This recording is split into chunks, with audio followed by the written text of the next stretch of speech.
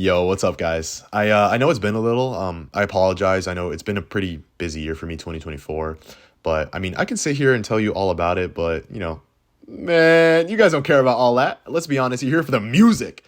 And boy, has it been a year for music. Oh my goodness. I don't remember it being this jam-packed with banger after banger after banger since like 2018.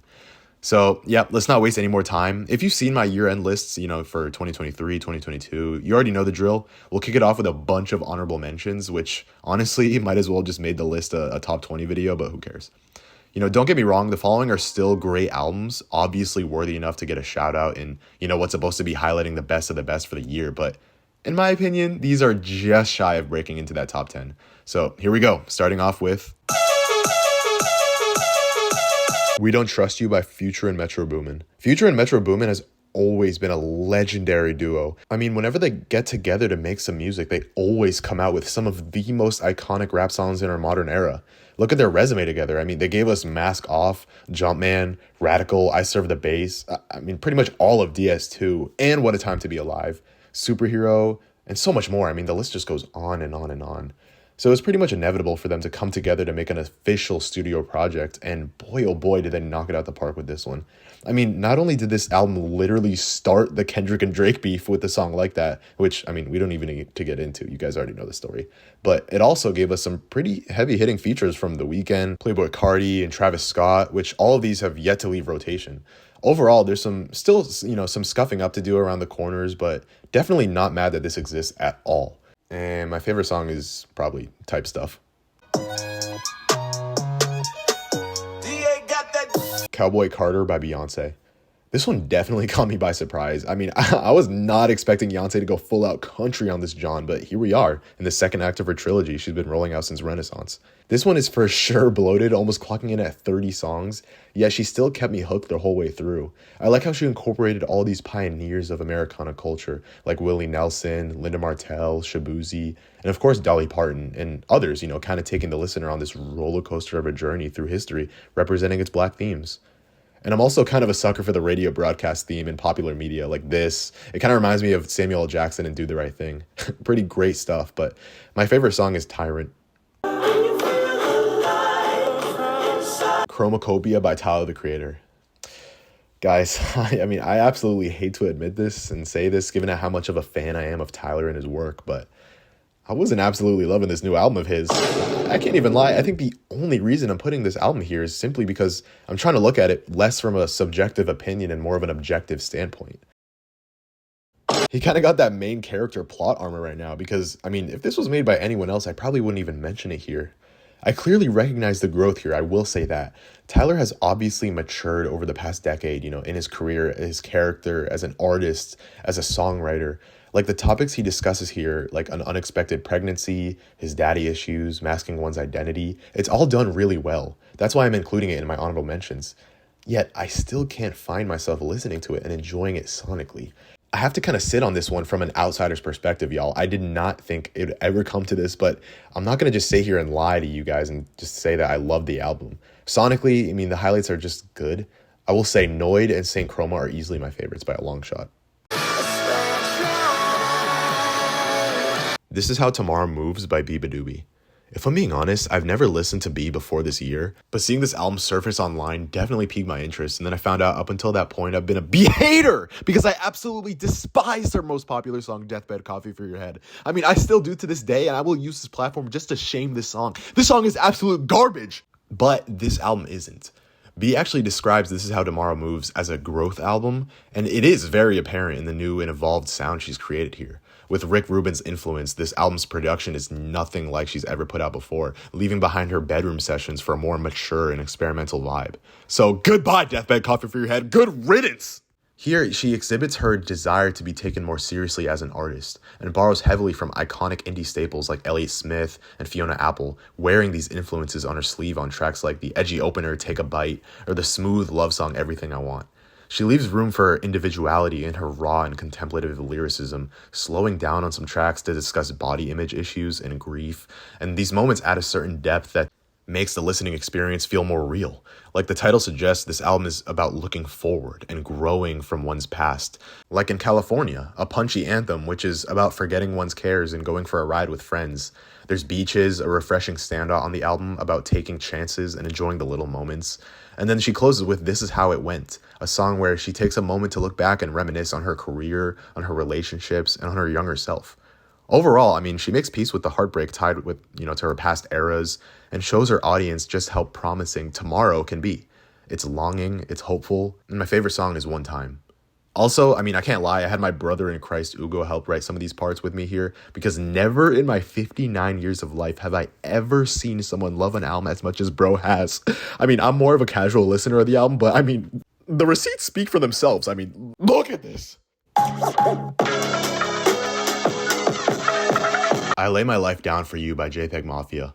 Dude, oh my goodness, the grind seems to never stop for Peggy. He seems to be very against taking breaks, given how his latest record was my album of the year last year. But, I mean, don't get me wrong, I am not complaining. This one definitely doesn't live up to that one, in my opinion, but still offers some pretty intense singles and some fire samples that can't seem to leave my head. I'll Be Right There, Don't Rely on Other Men, JPEG Ultra, and a few others are always on repeat. The music he makes seems to never get old and really makes me wonder if he could be a possible contender as king of the underground hip-hop scene. I mean, I don't want to get ahead of myself. I don't want to start thinking about the word timeless or classic yet to describe his work because I still think it's a little too soon, but the way things are heading, bro, the way things are going for JPEG Mafia right now, it's definitely looking likely. My favorite song is New Black History.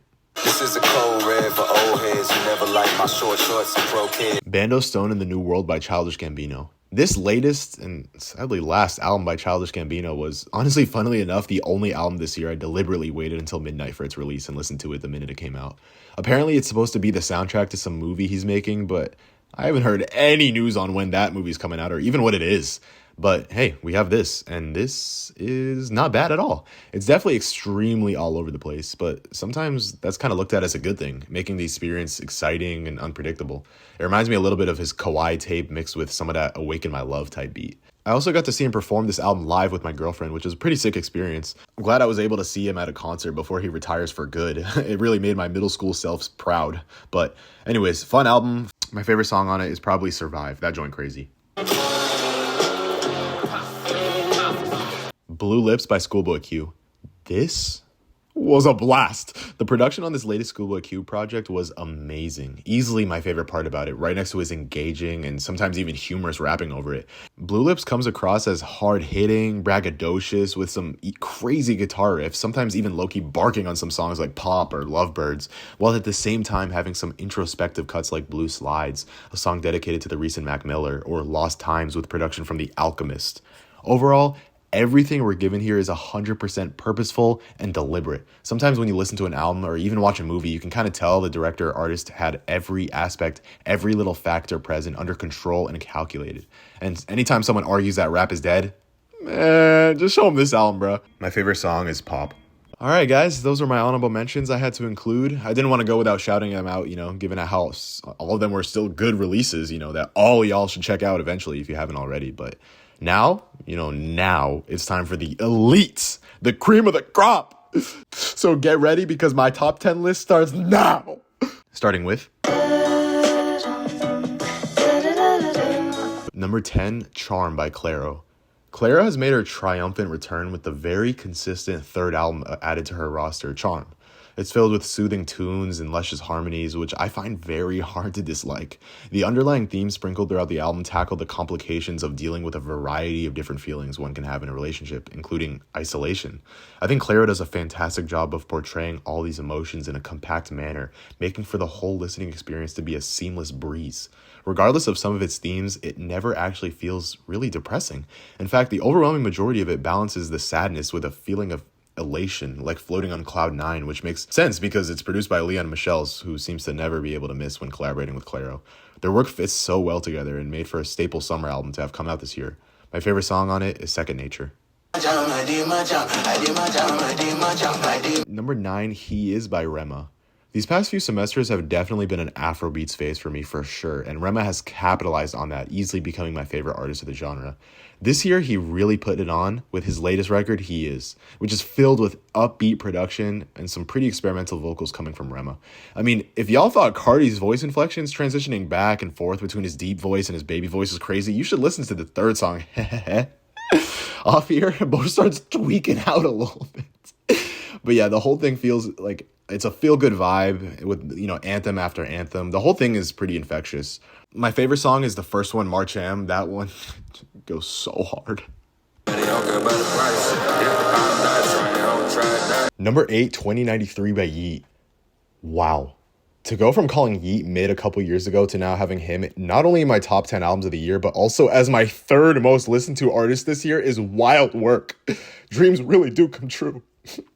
But anyways, I know he did drop again this year, but this one was just way better. I don't even know, what was it called?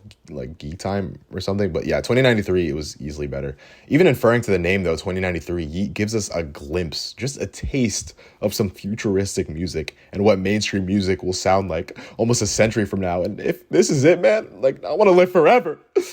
This is what Lil Uzi Vert was trying to go for on Eternal Take, but Yeat's just better, dude. Sue me. This whole thing feels like a car chase in the rain at night, just speeding on the highway. My favorite song on the album is my most streamed song of the year, Stand On It with Future. I can't go a couple hours without it, man. It's my catnip.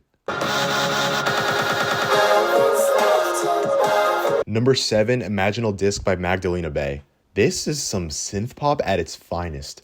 From its really well put together samples to its bouncy melodies, Magdalena Bay or Matthew Lewin and Mika Tenenbaum kind of showed the world the true nature of what some music sounds like when you really put some well thought out care into it. The duo creates like this world building, almost like lore for the album on social media, which I think is some genius marketing and really makes the whole thing actually feel real too. There's not a single passing moment that wasn't purposefully, premeditated on this record. Even in the little things, like for example, if you listen to Image, Mika randomly mentions 22 more minutes in a line. And if you skip 22 minutes further into the full length of the album, it's where you get the insane outro on Tunnel Vision, which is one of my favorite highlights on the whole record here. If you love tiny little Easter eggs that most people couldn't really care less about, then you would love this record. My favorite song is She Looked At Me, the first one. Number 6, The New Sound by Jordy Greep. Oh my goodness, does his title not lie. I haven't heard something as outlandish yet creative as this record right here in my entire life. It looks like something that you would find in this old thrift store with ancient Japanese artifacts on the dusty shelves in the basement. And it sounds amazing. Jordy Greep sounds like this, elderly Taiwanese man on his way to his 9-to-5 for longing for his better years in an almost insane kind of way. Like this is him convincing himself that this is his villain arc, questioning his existence, rehashing regrets, coming to terms with reality. And it's really intense. But sometimes I almost never notice, how intense, how explicit all this stuff is with how loud and ground shaking the jazz rock instrumentals are. Overall, this listening experience is incredible. I never listened to the band Greepo was a part of, Black Midi, but now I just might. My favorite song is Motorbike. It's high-key my favorite song that has come out all year. Its influence put me on a little bit of King Crimson and even Swans too. I highly recommend this song. Number 5, Samurai by Lupe Fiasco. Samurai by Lupe Fiasco has such a nice tone to it. From the music down to even the album artwork, everything here is just art. I don't think it'd be out of pocket to say that Lupe Fiasco is no stranger to talent, especially when it comes to songwriting and rapping. And I think that this album here is a strong testimony of that. But it also feels like I haven't heard this album get enough of its praise. It's kind of gone under a lot of people's radar. So if you haven't listened to it yet, please, I definitely encourage you to check this one out if you've been meaning to check out something new. My favorite song is Cake. Number 4, Alligator Bites Never Heal by Doechii. Doechii has been on the come up for some time now, and it seems like this year she's taken the cake, with her work finally getting its highly acclaimed recognition. Doing promos with all these other artists for a show called Denial is a River, performing open mic with Issa Rae, even Kendrick giving her praise on his Instagram story. She really does sound like she's in her element on this project. A lot of it clearly sounding like she's taken influence from Kendrick's older work. Like the storytelling is amazing. I'm super excited to hear what she has in store for the future of her career. But for right now, I'm just enjoying my favorite song, Huh? Number 3, GNX by Kendrick Lamar. This was absolutely the best surprise treat I got all year. When he dropped the teaser video announcing this album, I was like, oh, nice. Maybe he's going to drop another single soon. Maybe we might even get an album later down the road. This definitely seems like the start to a rollout of some kind. And in the middle of me thinking all this, he already dropped the album on some random Monday. I was so surprised. I couldn't believe my eyes looking at the album cover. Well, this will forever be attached to his catalog. Scrolling through the new track list, man, I love that feeling. My roommate Robbie and I were on campus sitting by some mariachi band playing music and just dropped whatever we were doing and just ran this John up. So I was literally listening to this album with headphones, watching a bunch of people dancing. It was fire. I loved this album. I think it was a great display of some West Coast love, incorporating all of these local LA artists onto the big screen. Great music, little to no skips on this one, and my favorite song being Hey Now. Logic's favorite Quentin Tarantino movie is Number 2, Ultra 85 by Logic. I have never been a Logic fan like that. I mean, of course I rocked with some of his songs, but it's never been yet like a full fan head over heels doing backflips over a full-length album of his until now. His long-awaited Ultra 85, which he's been hyping up for like his entire career, and rightfully so. This album is amazing. From start to finish, it's extremely polished out, pretty much encapsulating his entire life as a whole into one body of work. Like, this album personified is just Logic himself, and I think that's awesome. From his love of cinema, name-dropping movies that shaped and formed who he grew up to become, like from the likes of Quentin Tarantino, Christopher Nolan, and more, he paints his own fictional movie of going on some space adventures with these characters, William Kai, Quentin Thomas, their robot Talia, who all of these guys I can literally play against on chess.com for some reason. These people in between songs are just making the whole thing extremely entertaining, really catchy, and even super existential as well. Logic shares his personal stories from his traumatizing past, narrating how he's gotten himself to the point in which he's at today, and even how his outlook on life has changed since he's becoming a father. Logic really outdoes himself here, making one of my favorite albums to have come out in recent years. My favorite song is the opener, Paul Rodriguez, but the whole thing is just great. And for the last album, the number 1 spot on this list, what's it gonna be? Don't act like you guys don't already know what it's gonna be. It's gonna be number 1, Brat by Charlie XCX. I mean, don't act surprised, guys. We all saw this coming. What a year it has been for Miss XCX. I mean, she's been putting out quality music for the better part of a decade now, but it finally seems like all those years of hard work has culminated into this incredible album here, with everyone's attention on it, everyone's eyes on it, even becoming a meme on the internet with Brat Summer and all that. But, I mean, I'm just happy for her. Y'all know I can go on and on, but I won't. And if you want to hear me fangirl over this album, I already have a whole video up on it back in July it came out, but even since then, she's released a whole remix album for each song, remixing and remastering the likes of pretty much every single song, giving it a whole new listening experience with features pulled in from all across the world, including Miss Glinda herself. But it's all awesome. I can't give it enough praise. But anyways, great album, great year for music. Hopefully this reign of talent spills over into the new year. But for now, my favorite song of Brat is All of Them. But yeah, I mean, that's about it. I just wanted to stop by and give you guys my annual favorites that have come out so far. And also, as tradition, before I forget, here is my Spotify Wrapped for 2024. I honestly had way less minutes than I thought I would, but yeah, here it is. Charlie was number 1. I'm not surprised by that at all. Again, I'm really, really sorry. I do really wish that I could upload more, but being both a computer science student and a Bible talk leader for my church, it's, definitely taken some time if you couldn't tell. I'm thinking I might start a second channel that focuses less on the music and more than other things that, I want to make and talk about, for the diehard fans. But yeah, I mean, hope you guys are having a great transition into the new year. Happy 2025. God bless you all, and catch you all in the next video. I'll see you.